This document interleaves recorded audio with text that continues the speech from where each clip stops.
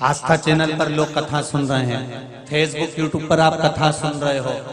ये कथा, ये शिव महापुराण का विशाल आयोजन, जहां आप बैठकर भगवान की भक्ति में डूबे हुए हो, ये क्या है? शिव महापुराण की कथा कहती है ये किसी गुरुकुल से कम नहीं है, क्योंकि यहाँ सभ्यता, संस्कृति, संस्कार का एक आनंद समावेश।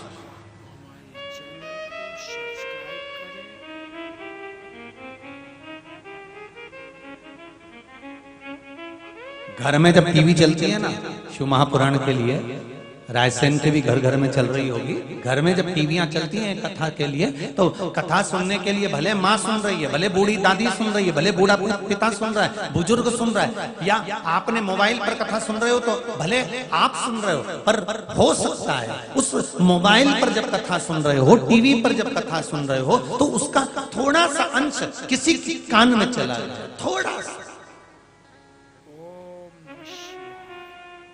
अब किसी ने ये प्रश्न भी करा कि गुरुजी ये बताओ कि आप कहते हो कि इतना सा अगर किसी के कान में चला जाए तो उसको भी फल मिल जाता है, क्यों नहीं मिलता? जब इतनी सी गोली शरीर में जाते से सिर दर्द बंद कर देती है। अच्छा एक बात बताओ, गोली को कैसे मालूम होता है कि पेट दुख रहा है तो पेट ही बंद करना, और गोली को यह कैसे मालूम कि ये हाथ दुख रहा है तो हाथ ही बंद करना? किसी किसी की कमर चली जाती है, कुस्का खसक जाता है, तो गोली को कैसे मालूम कि कुस्का ही सही करना है? गोली को कैसे मालूम कि पाँव सही करना है? या गोली को कैसे मालूम कि आंख फड़क रही तो आंख ही सही करना है? अच्छा जाती पेट में और सही, अरे बोलो तो जम के, जो चीज दुख रही होती है वो सही हो जाती है। उसी तरह शिव महापुराण की कथा जाती सही है, और जहां बैठना है, जिसकी चित्त वृत्ति में जिस जगह जिस लिए बैठना है, ये गोली वहां बैठ जाती है और उसका कल्याण करती है। ये गोली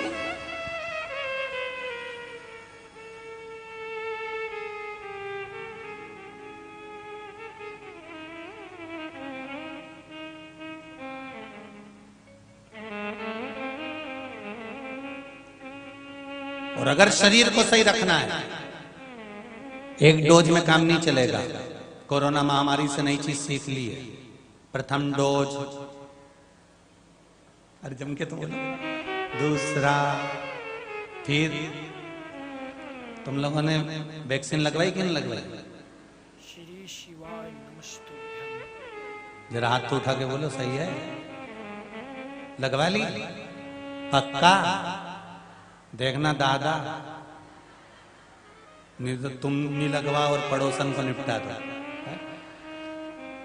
और अगर नहीं लगवाई हो तो ये यहाँ से निकलते हैं ना जब रास्ते में, तो यही एक शायद स्वास्थ्य केंद्र बना हुआ है, तो तुम वहां जाके कह देना दादा वैक्सीन लगा दो, तो वो पूछेगा, पहले तो तुम्हारा फोटो खींचेगा, अभी तक कहाँ गई थी लीला, फोटो खींचेगा।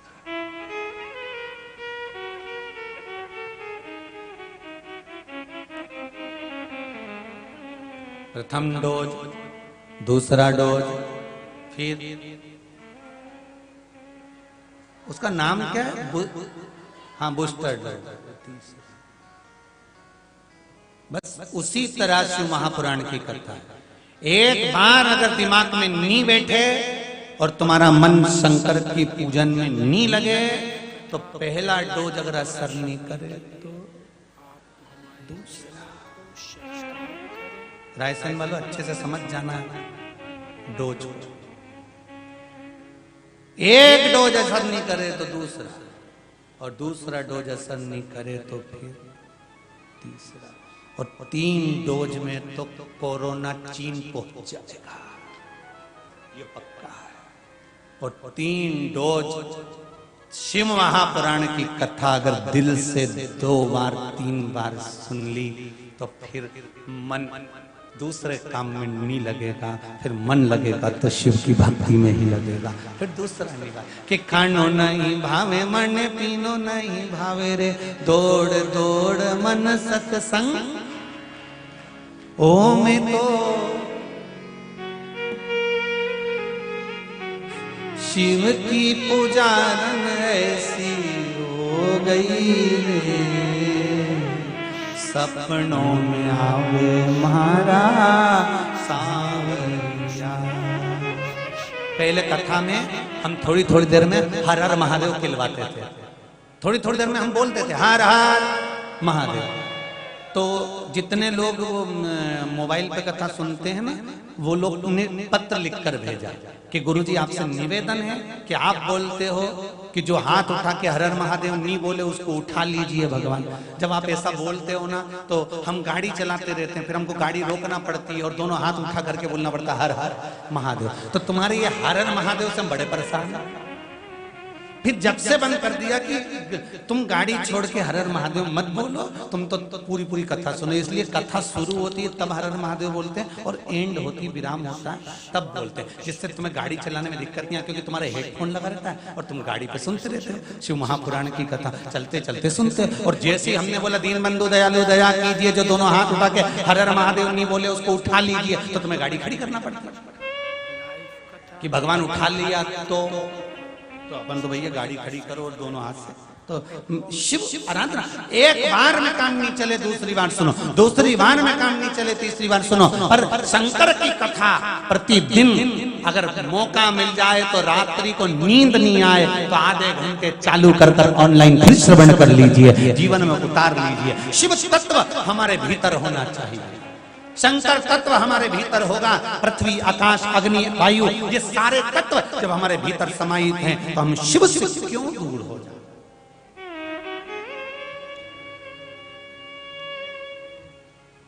एक पढ़ा लिखा लड़का कबीरदास जी के पास गया और कबीरदास जी से जाकर कहा, गुरुदेव। गुरुजी ने पूछा क्या बात है?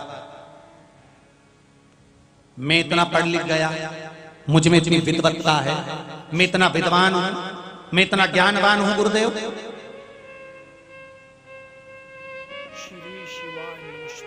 फिर मेरी मम्मी, मेरी माता जी, मेरे पिताजी सत्संग में जाने का क्यों बोलते हैं, प्रवचन में जाने का क्यों बोलते हैं, कथा में जाने का क्यों बोलते हैं? कबीरदास जी ने कोई जवाब नहीं दिया, ये पूछता रहा, कोई जवाब कबीरदास जी ने नहीं दिया। कबीरदास जी थोड़ी देर बाद एक हथौड़ा उठाए, एक खूंटा लगा हुआ था, कबीरदास जी ने वो हथौड़ा उठा के खूंटे पे दे मारा। इसने फिर कहा, कोई जवाब नहीं दिया, उठ के चले गए। दूसरे दिन फिर आ गया, उसको लगा संत हैं, साधना में लगे होंगे, मौन व्रत होगा, इसलिए नहीं बोले होंगे। ये फिर आ गया सुबह से, गुरुदेव। कबीरदास जी चुप बैठे, मैं इतना पढ़ा लिखा, मैं इतना विद्वान, मैं इतना ज्ञानवान, मुझे में इतनी विद्वत्ता है, फिर सत्संग प्रवचन और कथा की क्या जरूरत है? कबीरदास जी ने फिर हथौड़ा उठाया, फिर खूंटे पे दे मारा। इसने सोचा गुरुजी कुछ बोलना नहीं चाहते, मौन व्रत है, वो वापिस चले गए। तीसरे दिन फिर अच्छा आया भी किसके पास से? कबीरदास जी के पास। और कबीरदास कोई साधारण संत नहीं है महाराज, उनके बराबर संत का भाव देखिए कितना प्रबल होगा कबीरदास जी का, कि चलती चक्की देख कर दिया कबीरा रोए, दो पाटन के बीच में साबुत रहा। एक कमरे में बैठकर कबीरदास जी बहुत तेज तेज रो रहे थे, खूब चिल्ला चिल्ला के रो, और थोड़ी देर बाद खूब चिल्ला चिल्ला के हंसे, ठहाका लगा के।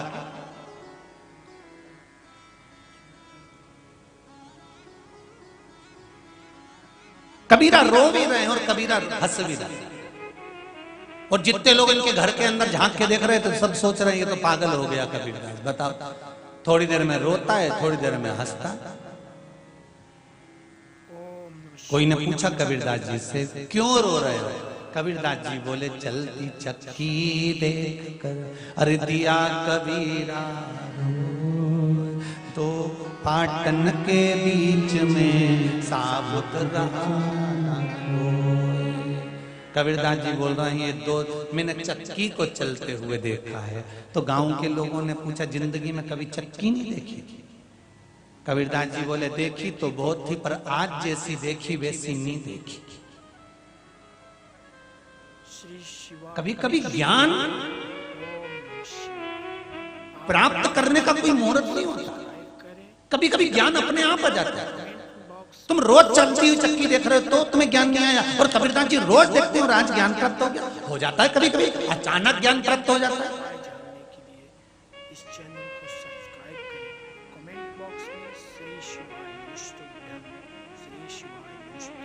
तुमने कभी चलती चक्की नहीं देखी? देखी, फिर क्यों रो रहे हो? दो पाटों के बीच में जो दाने थे वो सब पिस गए। अच्छा, तो फिर हंस क्यों रहे हो? कबीरदास जी बोले, चलती चक्की लेख कर दिया कबीरा हंस, दो पाटन के बीच में दाने रह गए फंस। कबीरदास जी कह रहे हैं, मैं हंस इसलिए रहा हूं कि दो पाटों के बीच में कीला लगा है, उस कीले के पास में जो दाना जाता है वो फंस कर रह जाता है, फिर वो चक्की के पाट में पिसाता नहीं है। तो कबीरदास जी ने कहा, तो किसी ने पूछ लिया, कबीरा तुम रो क्यों रहे हो? संसार के दो पाटे हैं, परिवार, कुटुंब, कबीला, और ये संसार के पाटे में मनुष्य दाने के रूप में पिसाते चले जा रहा है, इसलिए रो रहा हूं। समय जाता जा रहा है इसलिए रो रहा हूं। तो हंस क्यों रहे हो? कबीरदास जी कहते हैं, संसार के पाटे के बीच में एक शिव महापुराण, राम कथा और भगवान की भजन रूपी एक कीला लगा हुआ है, जो कीले के पास चला जाता है वो पिसाता नहीं है। जो कीले के नजदीक पहुंच गया वो फंस कर रह गया, फिर वो पिसाएगा नहीं। उसी तरह जो सत्संग में पहुंच गया, भजन में पहुंच गया, कीर्तन में पहुंच गया, वो बच गया।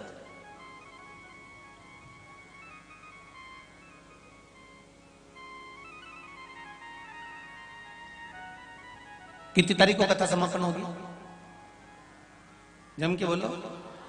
हाँ ठीक है। 9 तारीख को समापन होगी।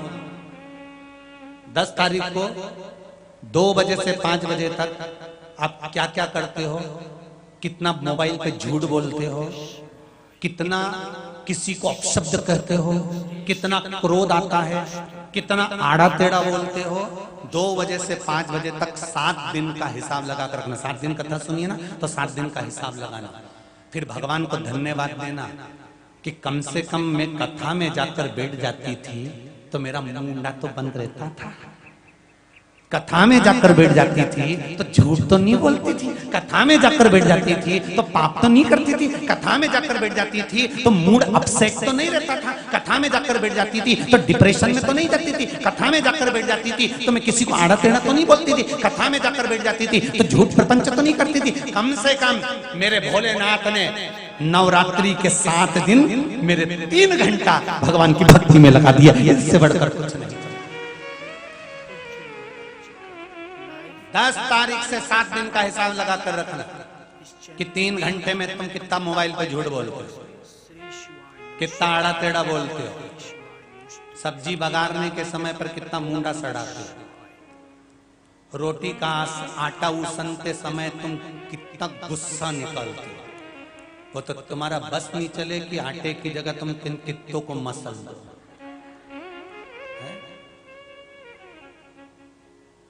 जब तुम आटा उसनती हो ना, इतनी दमदारी से उसनती है,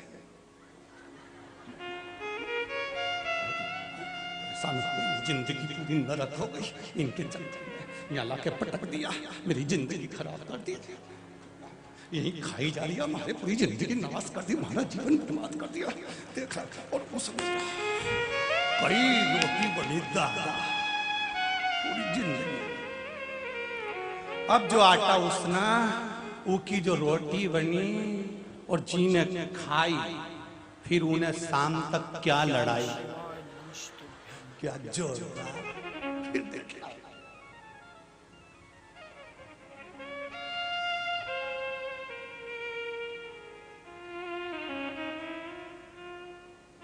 और कई ऐसे भी होते हैं जो भजन से आटा उसने लगते हैं, भजन से संगत।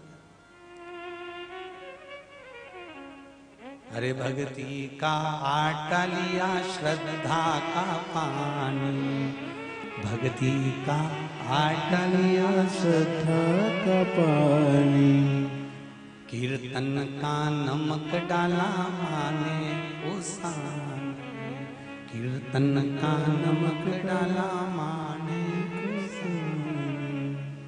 रोटी पकाई मैंने शिव नाम की, रोटी पकाई मैंने शिव नाम की। हाँ रोटी पकाई मैंने शिव नाम की, रोटी पकाई मैंने शिव नाम की। भर भर खाई मैंने शिव नाम की, भर भर खाई मैंने शिव नाम की। हाँ रोटी पकाई मैंने शिव नाम की, रोटी पकाई मैंने शिव नाम की। रोटी पकाई मैंने शिव नाम की, रोटी पकाई मैंने शिव नाम की। हरे भर भर खाई मैंने शिव नाम की, भर भर खाई मैंने शिव नाम की। ओ जी भर भर खाई मैंने शिव नाम की, ओ जी भर भर खाई मैंने शिव नाम की। हाँ जी रोटी पकाई मैंने शिव नाम की, रोटी पकाई मैंने शिव नाम की। ओ जी रोटी पकाई मैंने शिव नाम की, रोटी पकाई मैंने शिव नाम की। अरे भर भर खाई मैंने शिव नाम की, भर भर खाई मैंने शिव नाम की। हाँ जी भर भर खाई मैंने शिव नाम की, भर भर खाई मैंने शिव नाम की।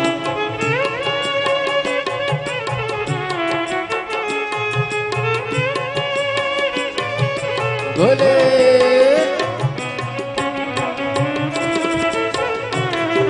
जय हो।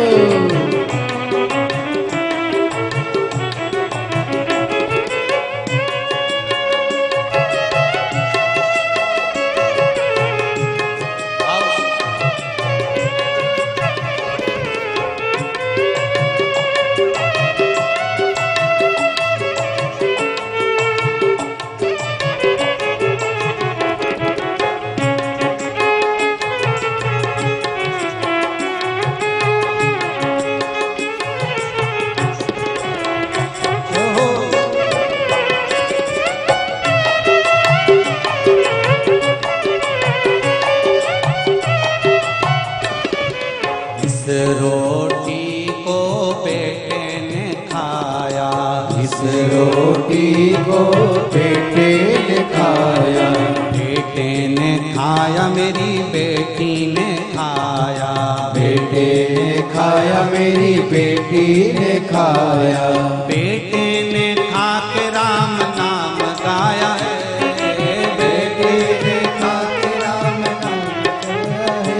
मैंने रोटी पकाई शिव नाम की, मैंने रोटी पकाई शिव नाम की। अरे रोटी पकाई मैंने शिव नाम की, मैंने रोटी पकाई मैंने शिव नाम की। भगवान शंकर के नाम की रोटी है, ये प्रेम से पक गई है, बन गई है, तैयार है। जिसने खाया है उसने राम नाम कृष्ण नाम गाया। हार हार महादेव अब दिल से खाइए, दिल से गाइए, शिव नाम की वो रोटी है। क्रोध में नहीं, प्रेम में बनना चाहिए।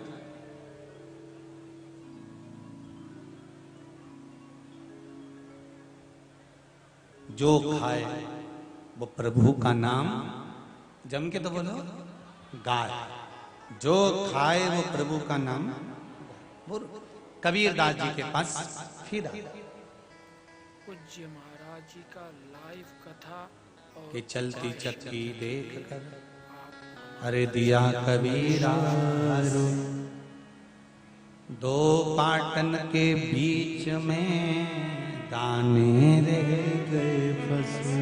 एक किला है, भगवान की कथा, मंदिर, देवालय, पूजन अर्चना, ये किला।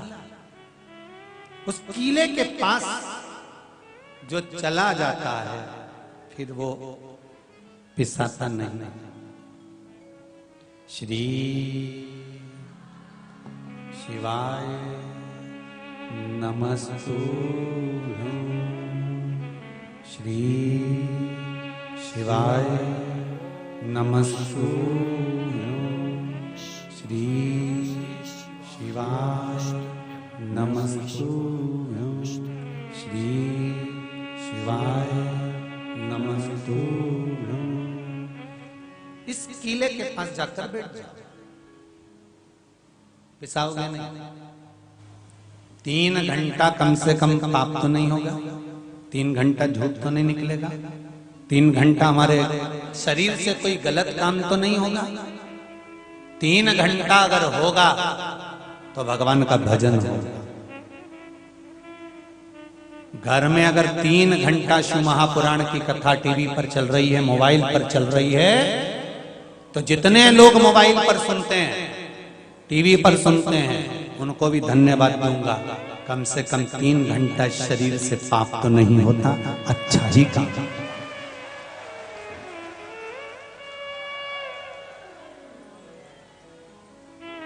तीन घंटा शरीर से श्रेष्ठ कर्म हो रहा।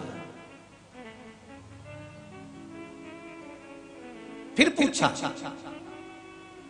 फिर कहा, पढ़े लिखे लड़के ने आकर फिर कहा कबीरदास जी से, गुरुदेव आप बताओ ना, मैं इतना पढ़ा लिखा, मैं इतना विद्वान, मैं इतना ज्ञानवान, तो मुझे सत्संग की, प्रवचन की, कथा की क्या जाने।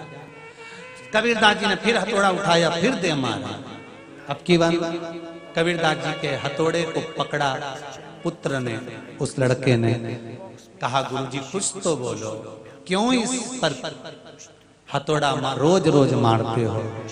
कबीरदास जी ने कहा, हथौड़ा रोज इसलिए मारता हूं क्योंकि खूंटे से गाय बंधती है, बछड़ा बनता है, गाय बछड़ा इस खूंटे को रोज रोज हिला देता है, इसलिए मैं हथौड़ा मारकर इसको वापिस ठोक देता हूं। कबीरदास जी कहते हैं, बेटा कितना भी पढ़ जाओ, चाहे तुम इंजीनियर बन जाओ, चाहे तुम डॉक्टर बन जाओ, चाहे तुम सीए बन जाओ, चाहे तुम कलेक्टर, एसपी, डीएसपी, मंत्री, संतरी, जो तुम्हें बनना है सब कुछ बन जाओ, कितनी भी ऊंची पोस्ट पर पहुंच जाओ, कितने भी विद्वान हो जाओ, शिव महापुराण की कथा कहती है तुम्हारी पढ़ाई की डिग्री केवल यहीं चलेगी, ऊपर तो यही डिग्री चलेगी, वो डिग्री नहीं।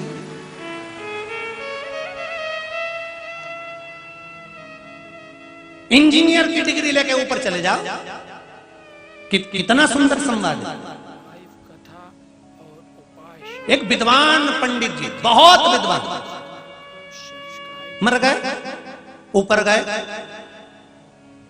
बैकुंठ का दरवाजा बंद था, कहा आज छुट्टी है, थोड़ी देर बाद खुलेगा, ये लाइन लगी है बैकुंठ में जाने की, तुम भी लाइन में लग जाओ।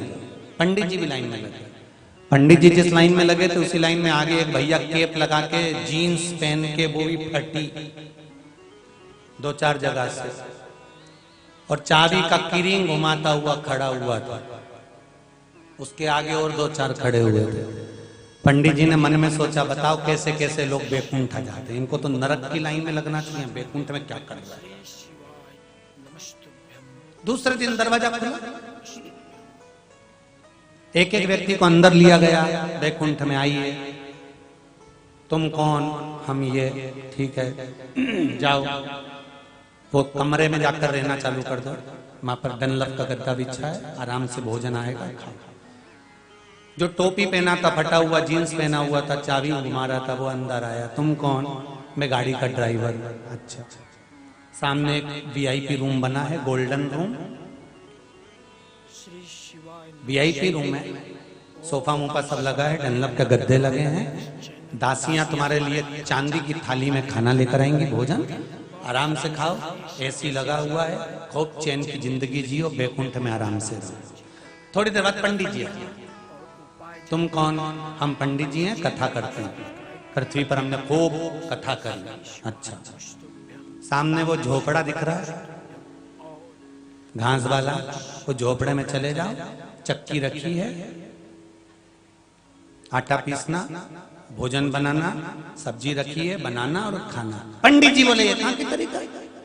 बस के ड्राइवर को एसी का रूम, बस के ड्राइवर को वीआईपी रूम, और हम गांव के पंडित, और हमने इतनी विद्वत्ता में कथा बाची है, ढेर लोग हमने कथा बाची ढेर सारी, और तुम हमको एक झोपड़ा दे रहे हो? पंडित जी से भगवान विष्णु के पार्षदों ने कहा यहाँ चिल्ला चोट मत करिए, यहाँ कर्म के अनुसार रूम मिलता है, जैसा आपने जमा करा होगा वैसी वीआईपी व्यवस्था। मैं आंदोलन करूंगा, पंडित जी बोले, पार्षद बोले बिल्कुल करिए, पर चिल्ला चोट मत करिए। मैं तो चिल्लाऊंगा। क्या चाहते हो? इतने में आ गए धर्मराज। धर्मराज ने पूछा क्या हुआ? महाराज पंडित जी चिल्ला रहे हैं। क्यों? इन सबको अच्छा रूम मिल गया, पंडित जी को झोपड़ा मिल गया, इसलिए चिल्ला रहे। धर्मराज ने कहा ब्राह्मण देवता, आपके चरणों को मैं नमन करता हूं, दंडवत करता हूं, आप भूदेव, पर ये बैकुंठ है, यहां पर कर्म के अनुसार फल मिलता है। तुम इन्हें कौन सा कर्म बेकार करा था? वो बस के ड्राइवर को वीआईपी रूम दिया और मुझे ये झोपड़ा। धर्मराज बोले ये बस का ड्राइवर है, जब ये बस चलाता था इतनी तेज चलाता था कि जितने अंदर बैठे रहते थे सब हनुमान चालीसा पढ़ते थे। इसीलिए इसको बैकुंठ में वीआईपी रूम दिया। और गुरुदेव आप जब कथा करते थे लोग दीवार से टिक के सोते थे, इसीलिए झोपड़ा। आपसे भी निवेदन है रायसेन वालों, कहीं की सो रही हो तो कोनी मार के जगा देना, नहीं तो सीवर वालों को झोपड़ा मिल गया। थोड़ा कथा में कहीं पर भी जाओ, चाहे भागवत कथा में जाओ, चाहे राम कथा में जाओ, चाहे शिव महापुराण में जाओ, चाहे गीता में जाओ, चाहे कोई विद्वान ब्राह्मण पूजन करा रहा हो, अनुष्ठान करा रहा हो, उस समय आपके नेत्र खुले हुए होना चाहिए। और केवल साधारण से नेत्र नहीं, ज्ञान के चक्षु भी खुले हुए होना चाहिए, जिन चक्षुओं के बल पर मेरा नारायण मिल जाता है, वो ज्ञान के चक्षु।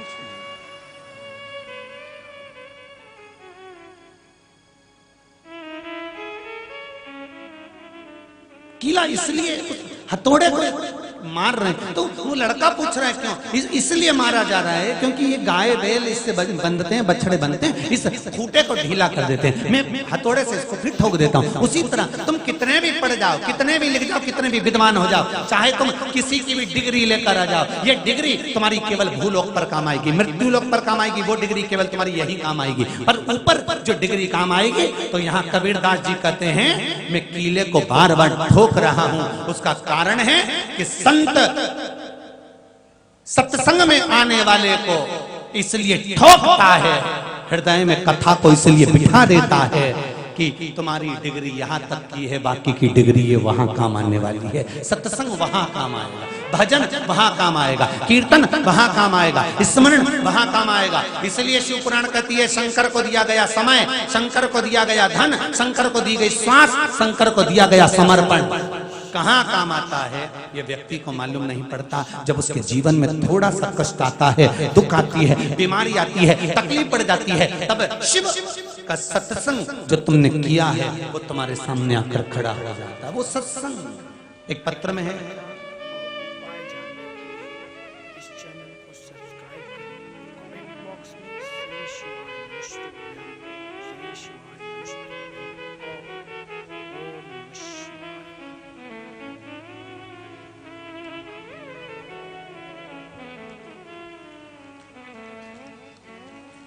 आपका सत्संग किया हुआ कहां काम आता है, पत्र में वर्णन किया। देखिए, तन्वी सक्सेना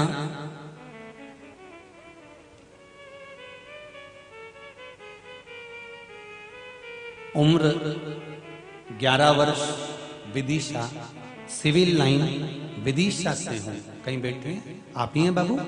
दोनों हाथ हिला दो एक बार। श्री शिवाय नमस्तुभ्यम। दोनों हाथ हिला कर बोले एक बार, श्री शिवाय नमस्तुभ्यम।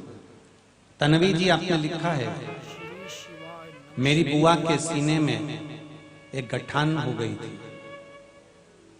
डॉक्टर ने कह दिया था कि यह कैंसर की संभावना है, लेकिन मैंने कथा में सुना और सुनने के बाद मैंने मेरी बुआ के लिए मंत्र का जाप करना प्रारंभ करा। बुआ को भी मैंने श्री शिवाय नमस्तुभ्यम जपने के लिए कहा और उसका फल मुझे क्या मिला कि मेरी बुआ के गठान का ऑपरेशन हुआ और जब गठान जांच के लिए मुंबई गई तो वहां से आया कि इसमें कैंसर नहीं है। ये शिव कथा, ये शंकर है। बैठो बेटा तन्वी, बैठो बैठो। श्री शिवाय नमः, श्री शिवाय नमस्तुभ्यम। ये शिव कथा, ये शंकर का स्मरण। अब कहो, तुम्हारा किया गया भजन, शंकर को दिया गया समय। फिर कहूंगा, जितने लोग टीवी पर सुन रहे हो, मोबाइल पर सुन रहे हो, दिन में सुनते हो, चाहे रात में सुनते हो, चाहे रात्रि को ऑफिस से आने के बाद रात को सोते समय भले 5 मिनट सुनते हो, वो 5 मिनट भी तुम्हारा कहीं ना कहीं काम जरूर आ जाएगा और आपके जीवन को सार्थक बना जाएगा। आपका किया गया भजन।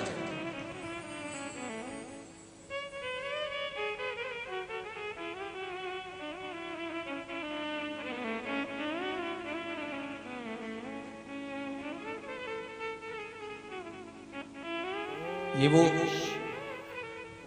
अमृत है, अमृत। देव सूर्य नारायण भगवान को अर्घ। सिर से थोड़ा ऊंचा 8 इंच जल समर्पित, शरीर सुखी।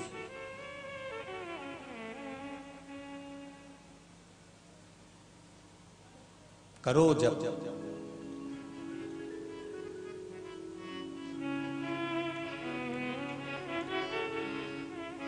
और जब शिव स्मरण में ये चित्त लग जाएगा, भजन में लग गया, फिर जीव भटकेगा, भटक नहीं सकता। जैसे बेलपत्री की मध्य पत्ती पर, बेलपत्री की बीच की पत्ती पर लगाया हुआ चंदन और पत्ती के 3 पत्तियों का जहां पर मिलन हुआ है, उस जगह पर लगाया हुआ शहद शिव को जब चढ़ाया जाता है तो वो भाग्य की बेकार रेखा को भी बदल देता है। वो साधारण नहीं है। कई माताओं की आदत होती है, जब शंकर भगवान को बेलपत्र चढ़ाती है तो उस बेलपत्र पर ओम लिख देती है या चंदन लगा देती है या बीच पत्ती पर थोड़ा सा कुछ भी लगाएगी, भले चावल का दाना लगाएगी, भले वो चंदन लगाएगी, भले वो अष्टगंध लगाएगी, गुलाल लगा देगी, अबीर लगा देगी, कुछ भी लगाकर उस जगह पर लगाकर फिर भगवान को चढ़ा। वो व्यक्ति जो भगवान शंकर को बेलपत्र जब समर्पित करता है और बीच की पत्ती पर चंदन लगाकर मध्यस्थ जोड़ पर शहद लगाकर शिव को जब समर्पित करता है तो उसका भाग्य कितना भी विपरीत चल रहा हो, उसकी किस्मत की रेखा कितनी भी विरोधी, कितनी भी विपरीत चल रही हो, वो अपने आप सुलझ जाती है, अपने आप सुधर जाती है।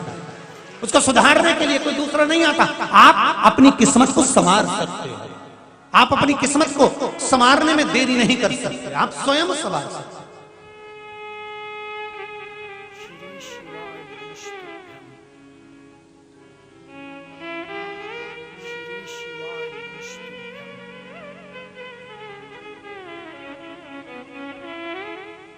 जम के बोलना जरा, एक विचार कर कर कि आप स्वयं अपने हाथ से भोजन करना पसंद करोगे कि दूसरा तुम्हें भोजन कराएगा तब पसंद करोगे?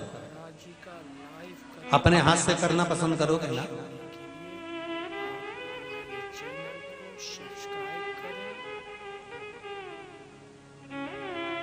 दूसरा करे वो श्रेष्ठता नहीं कि हमारे लिए वो करेगा, नहीं, हमारे लिए हम खुद करेंगे।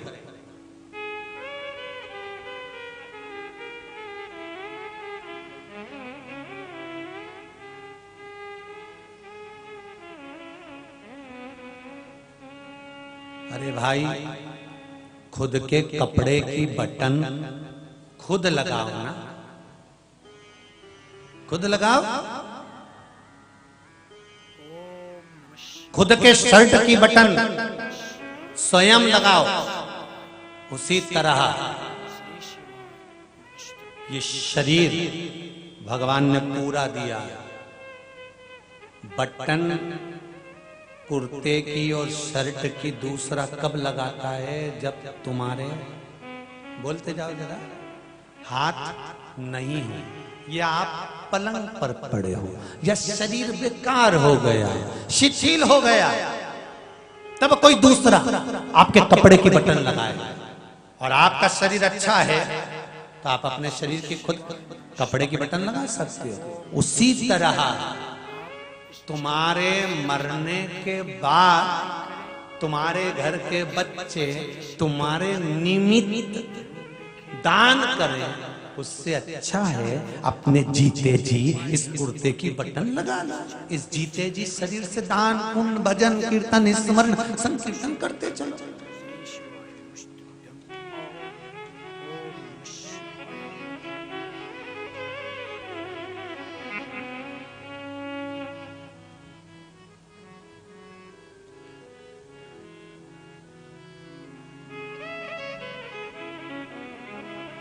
महाराज,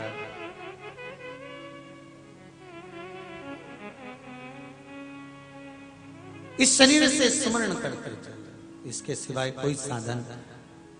जल जाए जीवा पापड़ी शिव नाम के बिना, चल जाए जीवा पापनी राम के बिना, नाम के बिना शिव नाम के बिना, ओ नाम के बिना। ये जिज्ञा सबसे ज्यादा आलसन, पूरे शरीर में सबसे ज्यादा आलसन है ये जिज्ञा। खाने में ऐसा स्वाद बताए, क्या जोरदार सब्जी बनी। मैं तो अभी गणगौर के उद्यापन में गई थी, उनकी यहाँ क्या सब्जी बनी, जोरदार। मैं तो शादी में गई थी, दही बड़ा इतना जोरदार बना, पर वो चाउमीन में थोड़ा सा स्वाद नहीं था। मतलब जिभ्या इतनी आलसन, स्वाद बताने में नंबर 1, और इससे कह दो थोड़ी देर राम राम गा ले, थोड़ी देर राम राम गा ले। चालू तो अच्छे से ही होती है जब बैठती है राम राम।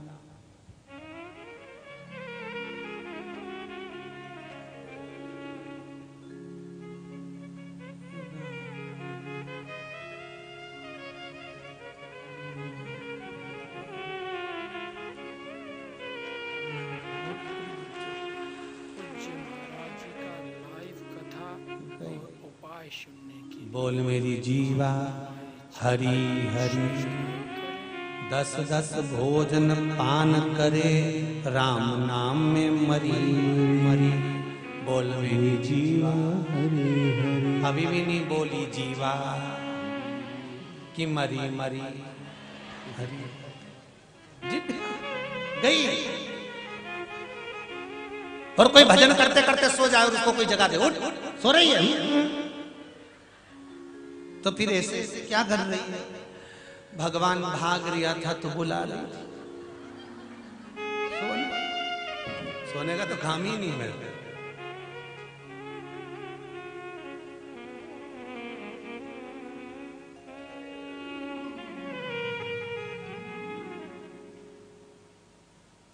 ये जिभ्या शिव भक्ति में डूबी रहे, नेत्र शंकर का दर्शन करते रहें, श्रवण का कथा सुनती रहे, हाथ शिव पर जल चढ़ाते रहें, चरण शिव मंदिर तक जाते रहें और ये शीश भगवान के चरणों में झुका रहे। बस इससे ज्यादा इस शरीर को क्या चाहिए। कभी भगवान ने आकर नहीं किया तुमसे कि मुझे 2-4 लाख रुपए दान करो या मुझे धन दो या पैसा दो या दौलत दो। भगवान कभी नहीं कहता कि मुझे दो। भगवान तो ये कहता है निर्मल मन सो मोहि पावा मोहि छल छिद्र कपट ना भावा। भगवान कहता है मुझे छल छिद्र नहीं चाहिए, मुझे तो तेरा मन चित्त वृत्ति जो निर्मल स्वभाव है तेरा वो मुझे दे दे, बस इससे ज्यादा और कुछ नहीं चाहिए। शिव पुराण माता पार्वती का मंगल विवाह शिव जी के साथ हुआ। भगवान शंकर के साथ जब शादी हो गई माता पार्वती जी की, विवाह जब हो गया माता पार्वती का, और मंगल विवाह होने के बाद जब माता पार्वती कैलाश पर आ गई, पार्वती की जब विदाई हुई, माता मैनावती ने खूब ज्ञान दिया, समझाया। बहुत जरूरी है महाराज इस कथा को श्रवण करना। घर से जब बेटी विदा होती है, पहली विदाई जब बेटी की होती है, घर से जब बेटी विदा होती है, ये पूर्व का नियम है कि माता जानकी जब विदा हो रही थी तो सौभाग्यवती माताओं ने आकर समझाया था।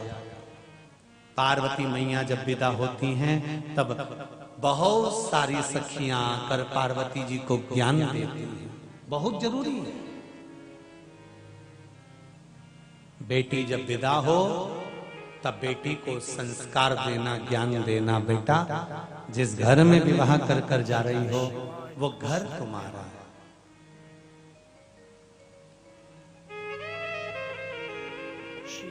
ओ बेटी, ससुराल में रही हो तो चांद बन के। बेटी को ज्ञान दीजिए।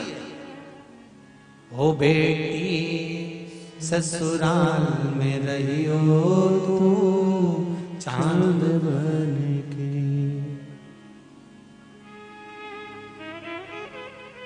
हीरा और पन्ना की दुकान बन के बेटी, हीरा और पन्ना की दुकान बन के बेटी, ससुराल में रही हो तो। बोलो रायसेन वालों, बेटी ससुराल में रही हो चांद बन के। बेटी जब विदा हो तब उसको ज्ञान दीजिए, जैसे ये दिया जा रहा है। ससुराल में चांद बनकर रहना, हीरे और पन्ने की, अरे बोलो बोलो, दुकान बनकर रहना। यहां ये नहीं बोला कि पान की दुकान बन के रहना। क्यों? पान की दुकान चारों तरफ से खुली होती है और हीरे और पन्ने की दुकान चारों तरफ से ढकी हुई होती है। इसलिए हीरे और पन्ने की दुकान बनकर ससुराल में बेटियां मर्यादा में रहें। सिर पे पल्लू डला हो, ये पल्लू नहीं है, सिर का पल्लू नहीं, ये हमारे पूर्वज कुल देवी देवताओं की जब तक पल्लू रहता है तब तक उनकी छत्र छाया बनी रहती है। हीरा और पन्ना की दुकान है बेटे। पर आज के जमाने में उल्टा है। शादी होती है जब पल्लू यहां रहता है, 6 महीने बाद, 9 महीने बाद, 11वें महीना, उसके बाद भी बोलूं, और 1 साल शादी का पूरा होता है।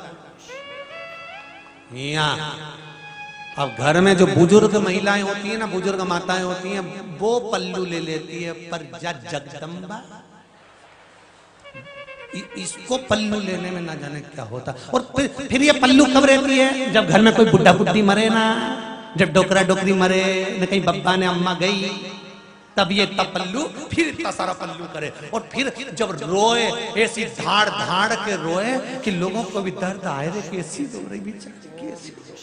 भगवान कितना दुख है, कितनी प्रेम करते थे टोकरी से। अम्मा मर गई, कितनी रो रही है, और ऐसी धाड़ धाड़ के रो रही। पर घूंघट उठा के तो देखो, आंख में आंसू नहीं आई, जब जबरदस्ती चिल्ला रही अड़ला रही है। तो फालतू की बात, रो रही रो रही रो रही। जब अम्मा मरी तो सबसे पहले फाड़ फाड़ के आंख यही देख रही थी क्या क्या पहन के मरी। और पति से कह रही कान में, कान में। फिर पति बोला क्या करूं? तो इतने में इसने सोचा तुमसे कभी जिंदगी में कुछ नहीं बन सकता, तुम हटो पीछे। और ये बैठ गई डोकरी के पास में, और इतना घूंघट करके और डोकरिया से ऐसी गले मिलके रोई, पल्लू डाल के, और धीरे से कान की मुर्गी को दांत से कतर ली। और कान की मुर्गी दांत से कतर के मुंडा में भर के देवरानी से बोली मैं अभी आई, घबराहट हो रही।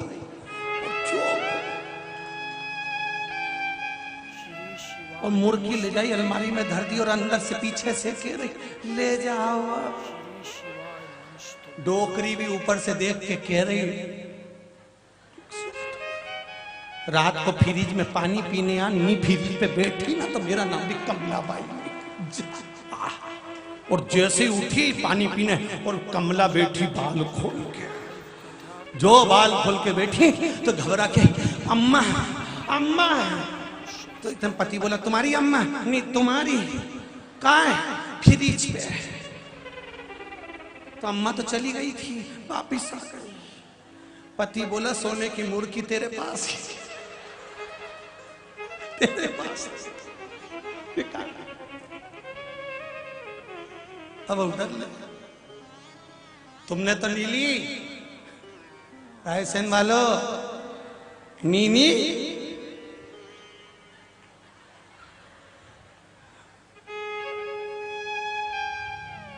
हरी बेटी ससुराल में रहियो तो शान बन के, हीरा और पन्ना की दुकान बन के, बेटी ससुराल में रहियो तो चांद बन के। सास ससुर जब भोजन पहियो, नित्य नित्य भोजन करो। घर के बुजुर्ग जब भोजन करें प्रेम से स्नेह से उनको भोजन कराना। श्री शिवाय नमस्तुभ्यम। ये पुराने समय में लोग कहते थे कि घर के लोग जब भोजन कर लें तब तुम भोजन करना। और आज के जमाने में बेटी की माँ बेटी को सीख देखकर भेजती है, तू तो अपने कमरे में ले जा, चुपचाप से चल जा, उपाय जानने के लिए खा जा, सब्सक्राइब करें। तू काय को पूछ ले, श्री शिवाय चुपचाप से श्री शिवाय नमस्तुभ्यम। ले गए, खा गए। और पहले सीख देते थे कि घर में कोई भूखा ना रहे, सबको भोजन कराओ। कोई बाहर का भी आ जाए तो अतिथि देवो भव। कोई आया भोजन करो, भूखा मत भेजना। अन्न दान से बड़ा दुनिया में कोई दान नहीं है हमारा, जलदान से बड़ा दुनिया में कोई दान नहीं है। रायसेन के रोड रोड पर, पूरी रोड पर कई दुकान वालों ने अपनी अपनी दुकान के सामने मटके रख दिए सबको पानी पीने के लिए। कितनी पब्लिक आ गई। ये लाखों जनता जब कथा सुनने के लिए आ रही तो इनके लिए कई व्यापारियों ने अपने अपनी दुकान के सामने मटके रख दिए।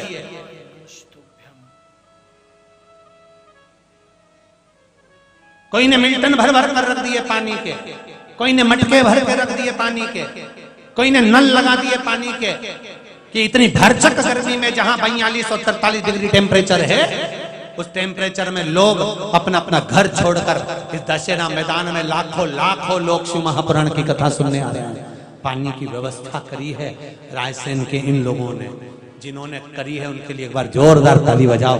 धन्य हैं आप। बार बार ये मौका नहीं मिलता। कई लोग हमने कल देखा, कई लोग कल वो शरबत बांट रहे थे, कोई रसना बांट रहा था, कोई दूध की कोल्ड ड्रिंक बांट रहा था। धन्य हैं ऐसे लोग। इतने अतिथियों को तुम्हारा सत्कार करने का मौका मिल रहा है। जिंदगी भर तो दुकान पर बैठकर कमाया है, पर शिव महापुराण के 7 दिन लगा कर देखना कि 3 महीने बाद भगवान कितना पूर्ण कर देता है, वो अंदाजा लगा कर देखना। पूज्य महाराज जी का लाइव कथा कितना देगा वो उसके हाथ में। तुमने जो लगाया यहाँ, तुमने जो समय दिया, तुमने जो धन दिया, तुमने जो संपदा दी, तुमने जो श्वास दिए, तुमने जो समर्पण दिया, उसका फल तुम्हें क्या मिलता है ये शिव ही जान सकता, कोई दूसरा नहीं जानेगा।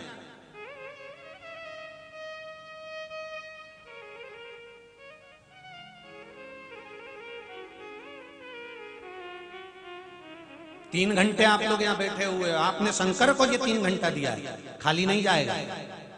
तुम्हारा एक एक पल, एक एक घड़ी, एक एक क्षण, एक एक श्वास खाली नहीं जाएगा। 3.5 करोड़ रोम छिद्र इस शरीर के अंदर हैं। 3.5 करोड़ रोम है शरीर के अंदर। 3.5 करोड़ रोम छिद्र भगवान की भक्ति में लगे हैं, तो ये साधारण कैसे जा सकते। पार्वती मैया विदा हो रही है, घर की बुजुर्ग माताएं उनको ज्ञान दे रही हैं, समझा रही हैं। नमस्तुभ्यं घर में कोई भूखा ना, नमस्तुभ्यं। सबका पेट भर गया। बेटी तू अन्नपूर्णा, बेटी तू लक्ष्मी।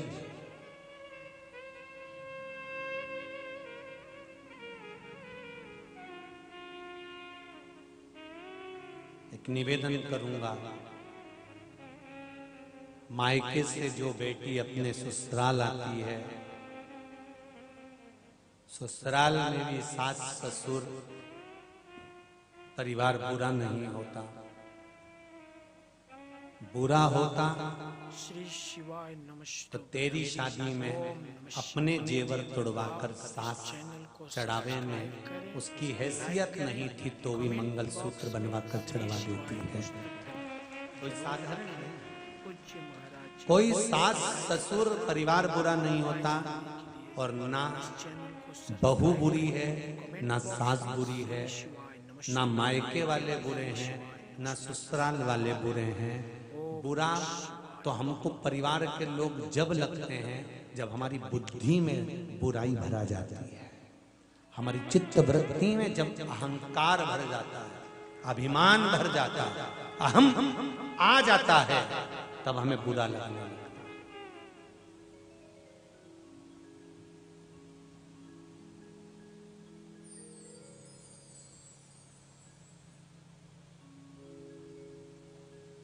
कोई अच्छा करे उसके लिए अच्छा बोलो ना, क्या दिक्कत है बोलने में। और छोटी मोटी अगर गलती है, मेरी माताओं से निवेदन है, छोटी गलती है बहू की छुपा लीजिए, छोटी सी गलती है उसको नजरअंदाज कर दीजिए। और बहुओं से भी निवेदन है, छोटी मोटी गलती, तुम लोगों को गलती कौन सी दिखती है कि जेठानी को ज्यादा चाहती, मुझे चाहती नहीं, मुझे ज्यादा चाहती तो उसको चाहती नहीं। अरे माँ ने अपने 4 बच्चों को बराबर का दूध पिलाया है, अपने 2 बच्चों को बराबर का दूध पिलाया है, और माँ मरेगी तो ये जायदाद का हिस्सा भी 2 के हिस्से में ही आएगा। तो क्यों कपट करेगी वो, क्यों छल करेगी? छल हमारी बुद्धि में आता है, पाप हमारी बुद्धि में आता है। वो कहते हैं ना, जिस कलर का चश्मा लगाओगे सामने वाला व्यक्ति, बोलो जरा जम के बोलो, उसी कलर का दिखेगा। पापी को पापी नजर आता है, कपटी को कपटी नजर आता है, चोर को चोर नजर आता है, बेईमान को बेईमान नजर आता है, धर्मात्मा को धर्मात्मा नजर आता है, पुण्यात्मा को पुण्यात्मा नजर आता है, सत्यवान को सत्यवान नजर आएगा, साहूकार को साहूकार नजर आएगा, धर्मात्मा को धर्मात्मा नजर आएगा, अच्छे को अच्छा नजर आता है, और जिसने कपट का चश्मा लगा रखा हो, जिसने बुराई का चश्मा लगा रखा हो, जिसकी दृष्टि बेकार होगी, उसको सब बेकार नजर आएंगे। अहंकारी को अहंकारी नजर आता है, कामी को कामी नजर आता है, लोभी को लोभी नजर आता है, चोर को चोर नजर आता है। आप कौन से कलर का चश्मा लगाए हो ये आपके ऊपर है। आपको व्यक्ति अगर बेकार नजर आ रहा है, दुर्योधन और युधिष्ठिर दोनों को भेजा था मेरे भगवान कृष्ण ने। युधिष्ठिर से कहा था जाओ दुनिया में सबसे बुरे आदमी को ढूंढ कर लेकर आओ, और दुर्योधन से कहा इस संसार में सबसे अच्छे आदमी को ढूंढ कर लेकर आओ। दुर्योधन को अच्छा नहीं मिला और युधिष्ठिर को बुरा नहीं मिला। क्यों? युधिष्ठिर जिसको ढूंढता था उसमें कुछ अच्छा ही ढूंढ लेता था, और दुर्योधन जिसको देखता था उसमें बुराई ढूंढ लेता था। हमारी भी आदत ऐसी है, कथा में बैठने के बाद भी हम लोग बुराई ढूंढते रहते हैं। महाराज ने ये तो बोला ही नहीं, महाराज ने ऐसा कैसे बोल दिया, महाराज ऐसा क्यों बोले, महाराज ने ये क्यों नहीं बोला, महाराज ने कथा में ये क्यों नहीं बताया। हम उसमें बैठकर भी बुराई ढूंढ रहे हैं। वो तो अच्छा हुआ जन्म के समय पे तुमने बुराई नहीं देखी, नहीं तो पैदा होते से डॉक्टर और सिस्टर में बुराई देख लेते। हट पगली, बता हमें पैदा कर दिया, उसमें भी बुराई देख लेते। तुम इतने बड़े बुराई ढूंढने वाले संसार में पैदा हुए। बुरा देखने वाला बुरा ही देखेगा, अच्छा देखने वाला अच्छा ही देखेगा, धर्मात्मा धर्मात्मा ही देखता। विद्वान को सब विद्वान नजर आते हैं, ज्ञानवान को सब ज्ञानवान नजर आते हैं। ढोंगी को ढोंगी दिखेंगे, प्रपंची को प्रपंची दिखेंगे, अधर्मी को अधर्मी दिखेंगे, कामी को कामी दिखेंगे। आपकी दृष्टि पर जो चश्मा चढ़ा है, आपको सामने वाला व्यक्ति जैसे आप हो गए वैसा ही नजर आएगा, वैसा ही। एक उंगली जब हम किसी पर उठाते हैं, ये 3 उंगलियां हमारी ओर जाती है कि अपने अंदर झांक कर देखो तुम कैसे हो, तब किसी पर उंगली उठाना। अपने ऊपर पहले पलट कर देखा जाए कि अपन कैसे। कमेंट बॉक्स में श्री शिवाय नमस्तुभ्यं गलती स्वयं की छाटी। लाइव कथा तुलसीदास जी ने रामचरितमानस की रचना करी तो सबसे पहले अपनी गलतियां लिखी। मैं कुछ नहीं जानता, मुझ में विद्वत्ता नहीं, मुझ में ज्ञान नहीं। तुलसीदास जी लिखते हैं मैं कुछ नहीं जानता, ये तो राम की कृपा से राम इस रामचरितमानस को लिखा रहे हैं, नहीं तो मेरी इस आयु में मैं कहाँ रामचरितमानस लिख सकता था। शंभो शरणे पड़ी मांगो घड़ी रे घड़ी दुख काटो, दया करी न दर्शन आपो। शिव कथा था। पार्वती मैया विदा हूं, कैलाश पर पहुंची, समय आया। शास्त्र कहता है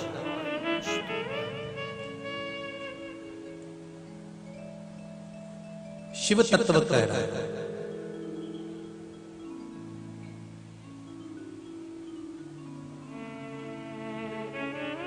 पूज्य महाराज जी का लाइव कथा तारकासुर को मारना है। आप हमारे चैनल को सब्सक्राइब करें। भगवान शंकर के पुत्र के द्वारा मरेगा। शिव का पुत्र हो, ये सब चाहते हैं।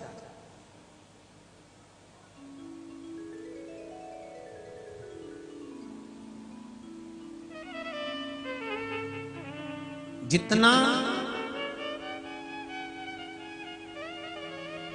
जरूरत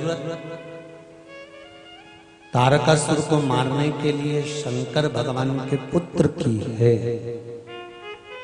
उतनी ही जरूरत हमारे भीतर के विकारों को मारने के लिए शंकर के मंत्र जाप की, उतनी ही।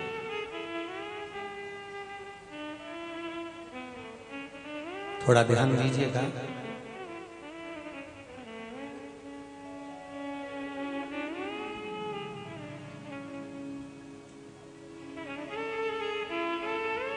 आप जितनी देर श्री शिवाय नमस्तुभ्यम, ये शिव महापुराण का मूल मंत्र है। जैसे भागवत जी का मूल मंत्र है ओम नमो भगवते वासुदेवाय। इस चैनल को सब्सक्राइब करें, लाइक करें, कमेंट रामचरितमानस का मूल मंत्र है सीता। जरूर लिखें।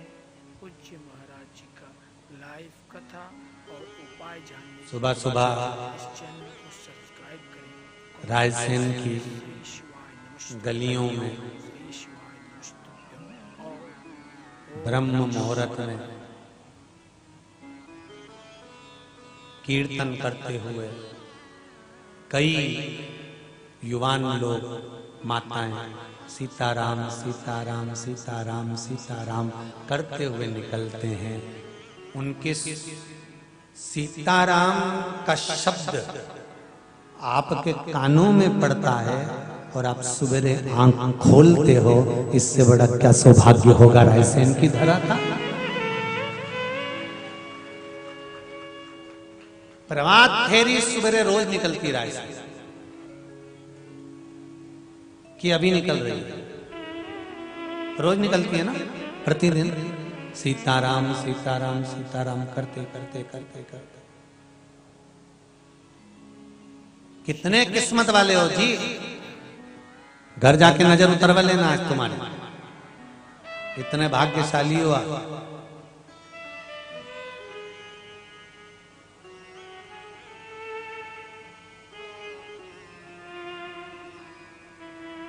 और इतने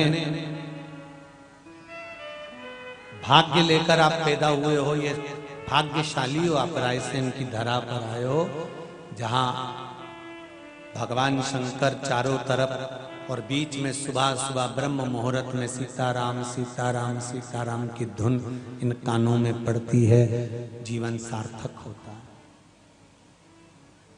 आप लोगों से भी निवेदन है सुबह प्रभात फेरी में जाया करो, थोड़ी देर मॉर्निंग वॉक का मॉर्निंग वॉक हो जाएगा, राम नाम का राम नाम हो जाएगा। हम तो चले जाएं गुरुजी, पर ये नींद ऐसी है, रात को तो नींद आए नहीं, सवेरे सवेरे आए।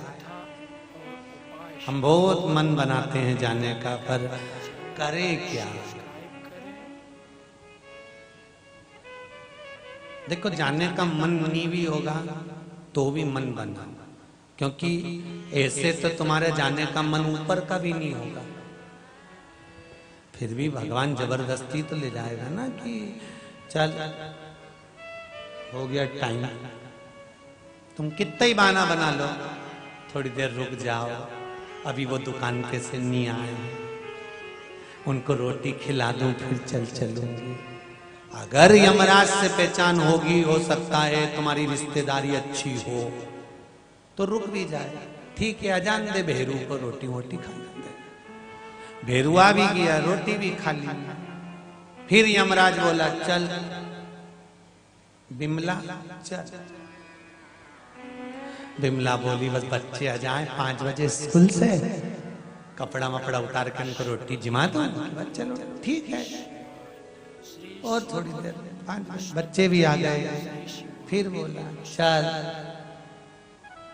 इतने में बिमला को आ गया गुस्सा, बर्तन कौन तुम्हारा बाप मान। अब यमराज बोला क्या बोली, नहीं बर्तन और मान लूं फिर चल। अब हो गई रात, यमराज ने कहा चल।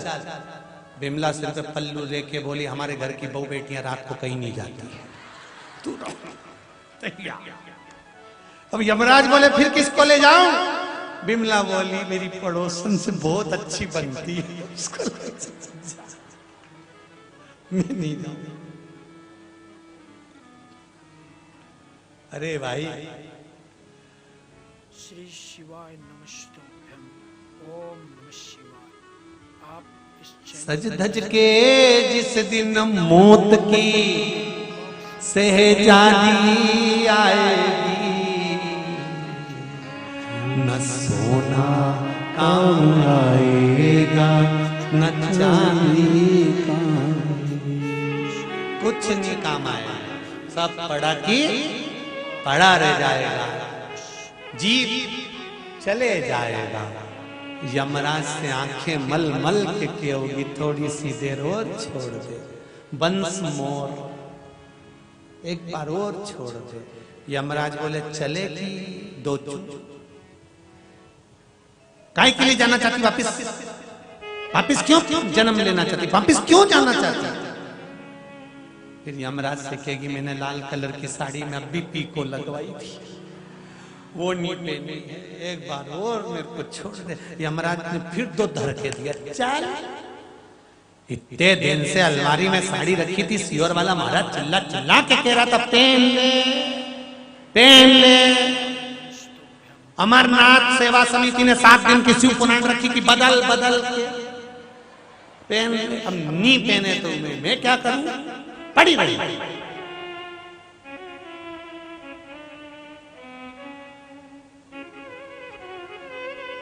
सब पड़ा, जिस अभिमान में जी रहे हो वो अभिमान भी चला जाएगा। सब पड़ा, सारी विद्वता सब धरी। तारकासुर का जन्म हो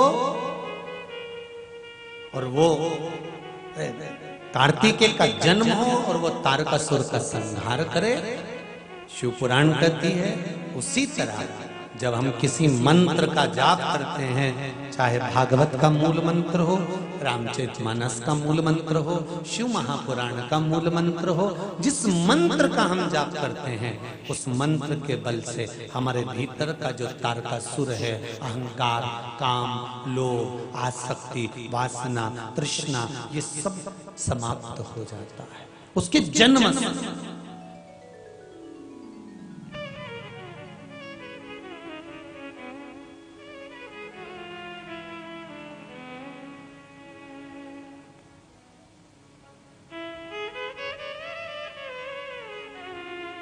जैसे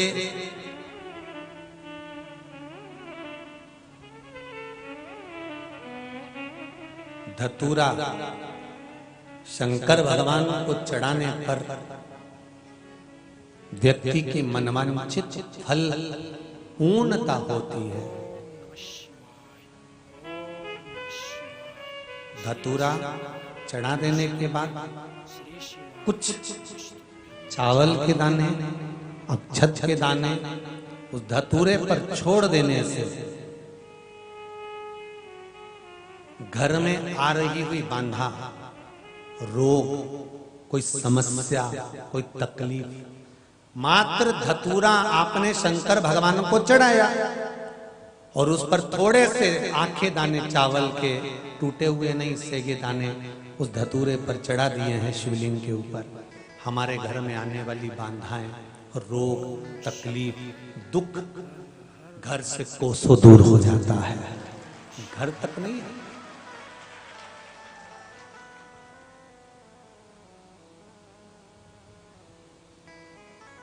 महाराज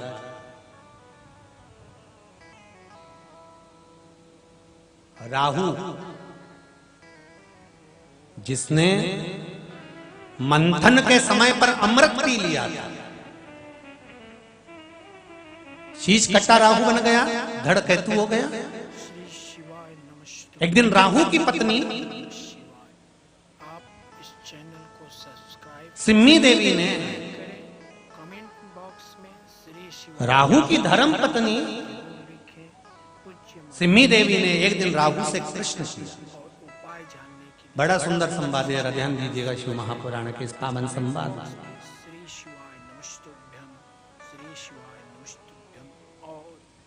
राहु की धर्म पत्नी सिम्मी और सिम्मी देवी ने एक दिन राहु से प्रश्न किया, स्वामी चंद्र भी शंकर भगवान के मस्तक पर है और आप भी शंकर भगवान के मस्तक पर हो, आपको शिव जी ने स्वीकार कैसे कर लिया? क्योंकि आपकी प्रवृत्ति तो राक्षस की है। जिसकी मां सिंह का हो, जिसका पिता विप्रचित्त हो, राहु के माता पिता का नाम है सिंह का और विप्रचित्त।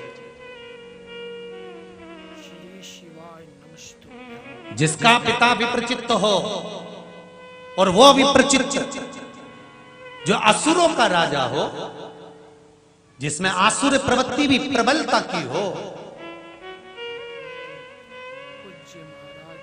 उसका पुत्र राहु शिव की जटा में कैसे बैठ सकता है?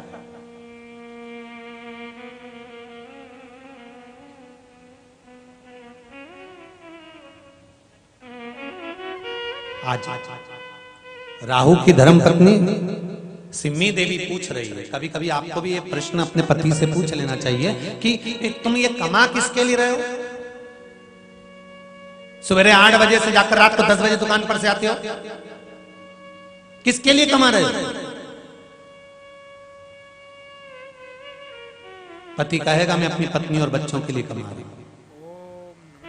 जब मरकर ऊपर जाता है जीव, यम की कैद में पड़ता है तो रोता है, तड़पता है। यह गरुड़ पुराण में लिखा है। चिल्लाता है, चिंघाड़ता है, आवाज लगाता है कि मैंने झूठ बोला दुकान पर बैठकर अपनी पत्नी और बच्चों के लिए, नौकरी में झूठ बोला अपनी पत्नी और बच्चों के लिए। तो मुझ अकेले को नरक क्यों पटक रहे हो? अगर नरक पटकना है तो मेरी पत्नी और मेरे बच्चों को भी पटको, लेके आओ उनको भी ऊपर। वो जीव कहता है भगवान की सभा में।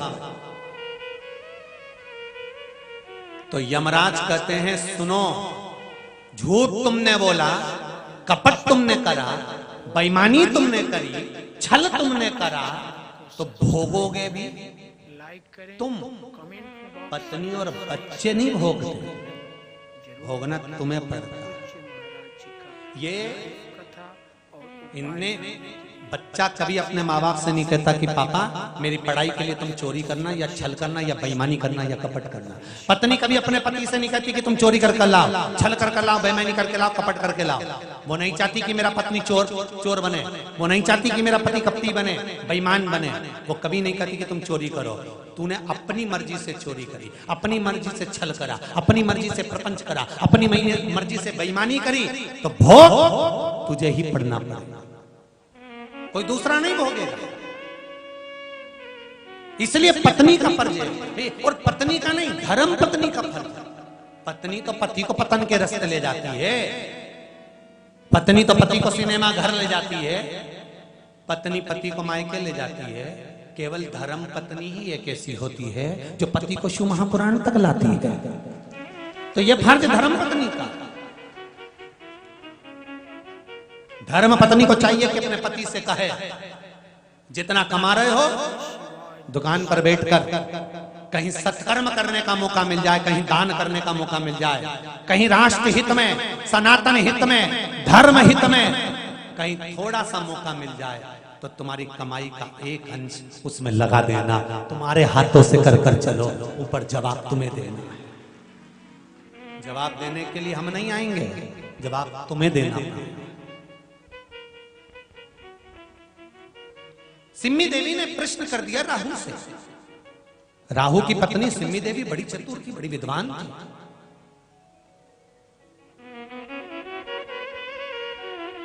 कभी कभी असुरों की पत्नी से भी सीख लेना चाहिए कि कितनी चतुर थी। अपने पति से कह रही है कि तुम शंकर जी की जटा में बैठे हुए हो, शिव की जटा में।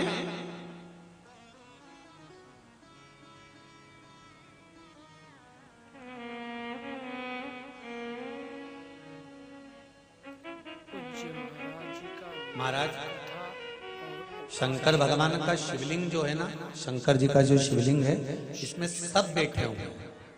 सारे तीर्थ धाम आपके चरणों में,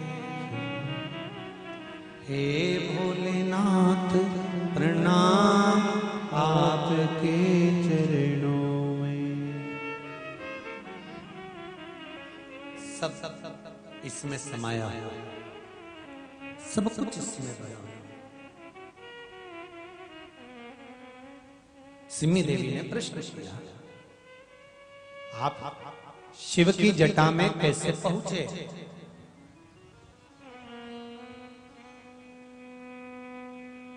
राहु बोला, चंद्र ने भरी सभा में बैठकर कह दिया भगवान विष्णु से कि ये राहु है। ओम नमः शिवाय। मैंने तो केवल अमृत मुख में लिया था। श्री शिवाय नमस्तुभ्यं। श्री शिवाय नमस्तुभ्यं। मैंने तो अमृत केवल मुख में लिया।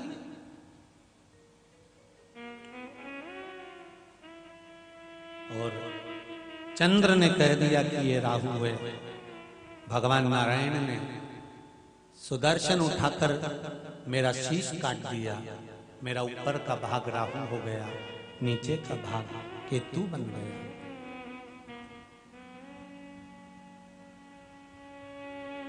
स्वामी, पत्नी पूछ रही है, मैं ये पूछना चाहती हूं कि आप शंकर की जटा में कैसे पहुंच गए? जब भगवान विष्णु ने शीश काट दिया नमस्तुभ्यं। तब मुझे क्रोध आ गया आप इस चैनल को सब्सक्राइब और करें, क्रोध आया। लाइक करें, कमेंट बॉक्स तब में मैं श्री शिवाय नमस्तुभ्यं गुस्से में आकर, क्रोध में आकर चंद्र को मारने के लिए, चंद्र को खाने के लिए, निगलने के लिए चला। इस चैनल को सब्सक्राइब करें, कमेंट बॉक्स में श्री शिवाय आप जब कुछ बोलते हो ना, श्री शिवाय नमस्तुभ्यं। आप जब कुछ करना चाहते हो, बोलना चाहते हो और आपकी बात को कोई काट दे तो आपको क्रोध आ जाता है। बहू की बात को अगर सास काट दे तो सास पर क्रोध आ जाए, सास की बात को बहू काट दे तो उस पर क्रोध आ जाए। बच्चे लोग आपकी बात को काट देते हैं तो आपको क्रोध आ जाता है। पर शिव महापुराण की कथा कहती है, अगर किसी ने आपकी बात को काटा है तो थोड़ी देर मौन होइए, रुकिए, संभलिए, इसके बाद में फिर बोलना प्रारंभ करिए। हो सकता है भगवान कुछ प्रेरणा दे रहा हो और कह रहा हो कि कुछ देर के लिए मौन होना ही श्रेष्ठ है। भगवान प्रेरणा देते हैं। श्री शिवाय नमस्तुभ्यं। आप श्री शिवाय नमस्तुभ्यं महाराज। मैं चंद्र को ढूंढने के लिए गया।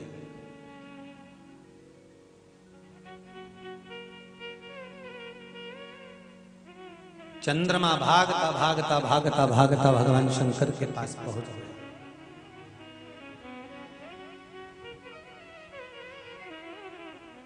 बहुत ध्यान दीजिएगा कथा पर। मेरे ओघड़दानी, मेरे शिव, मेरे त्रिकालदर्शी, मेरे कैलाशी, मेरे शंकर, मेरे बाबा मृत्यु लोक पर रहते हैं, पृथ्वी पर। चंद्रमा कहां रहता है? आकाश में।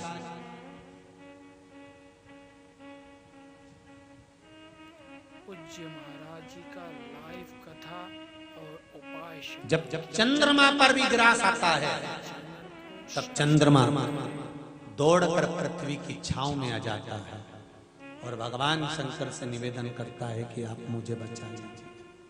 अब मुझे तकलीफ है, कष्ट है, मुझे ये दुख आन पड़ा है। चंद्रमा भी कहता है भगवान शिव से कि अब मुझे बचाइए। चंद्रमा को जब शरीर में रोग हुआ तब शिव की शरणागति गए। चंद्रमा का जब राज गया तो शिव की शरणागति गए। इंद्र का राज्य गया तो शिव की शरणागति गए। कुबेर का राज्य गया तो शिव की शरणागति गए। माता सीता का हरण हो गया तो राम शिव की शरणागति गए। भगवान कृष्ण के यहाँ जब संतान नहीं हुई तब शिव की शरणागति गए। श्री शिवाय नमस्तुभ्यं। श्री शिवाय नमस्तुभ्यं।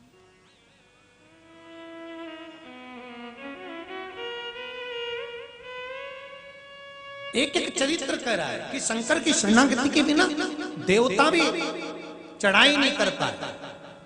शंकर की शरणागति के बिना देवता भी आगे नहीं बढ़ पाए। अब इतना इतना शास्त्रों में लिख दिया, उसके बाद भी लोग कहें कि शंकर की पूजन से क्या होता है, शंकर जी पे लोटा भर के दूध चढ़ाने से क्या होता है, शंकर भगवान को जल चढ़ाने से क्या होता है, शिव जी का नाम लेने से क्या होता है। जिनके मन में प्रश्न है उनसे एक निवेदन है, 15 दिन शिव महापुराण की कथा दिल से सुनो, उसके बाद शंकर जी के मंदिर जाना चालू करो। 1 महीने का प्रोसेस पूरा करिए। दूसरे महीने में जहां हमारी कथा वहां आकर बता देना कि जल चढ़ाने से क्या होता है।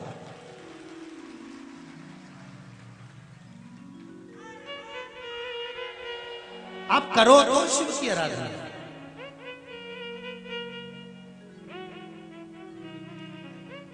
अब शिव का भजन ही ना करो। दुनिया के लोगों की बड़ी विचित्र आदत है, करना कुछ नहीं चाहते, बस भगवान हम तो बड़े दुखी। ये कई लोग जाते हैं ना जिनके वो ऐसे ऐसे जो लोग घूमते हैं ना, उनके पास में लोग जाके पूछते हैं बता दो हम बहुत तकलीफ में हैं, तो घूमते घूमते बोले तेरे घर का उपाय जानने के लिए इस चैनल को सब बंधा हुआ, कमेंट बॉक्स में श्री शिवाय नमस्तुभ्यम सब बंधा। और फिर वो बोले हम तो 2-4 जगह से खुलवा चुके हैं, कुछ नहीं खुला, अभी भी बंद ही है।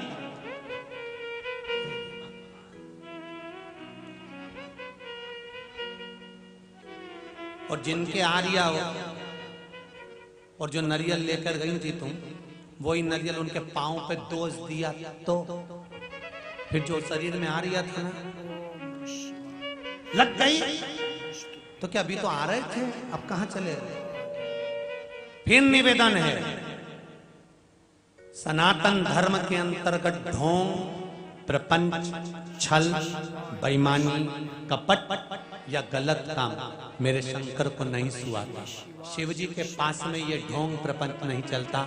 शिव तो कहता है तेरे जीवन में दुख आया, एक लोटा पानी ले और आ मेरी शरणागति, जल चढ़ा अपने घर जा, सब संकट टल जाए। दुनिया के लोग आपको बेवकूफ बनाने में लगे रहेंगे और आप बनते रहोगे। कहीं नहीं भटकना, हमें कहां जाना है? जम के बोलो, शिव के मंदिर, शंकर के द्वार। क्या लेकर जाना है? जम के बोलो जरा, एक लोटा जल, बस इतना शिव को समर्पित करा, सब दुख, सब तकलीफ, सब कष्ट अपने आप कट जाएंगे।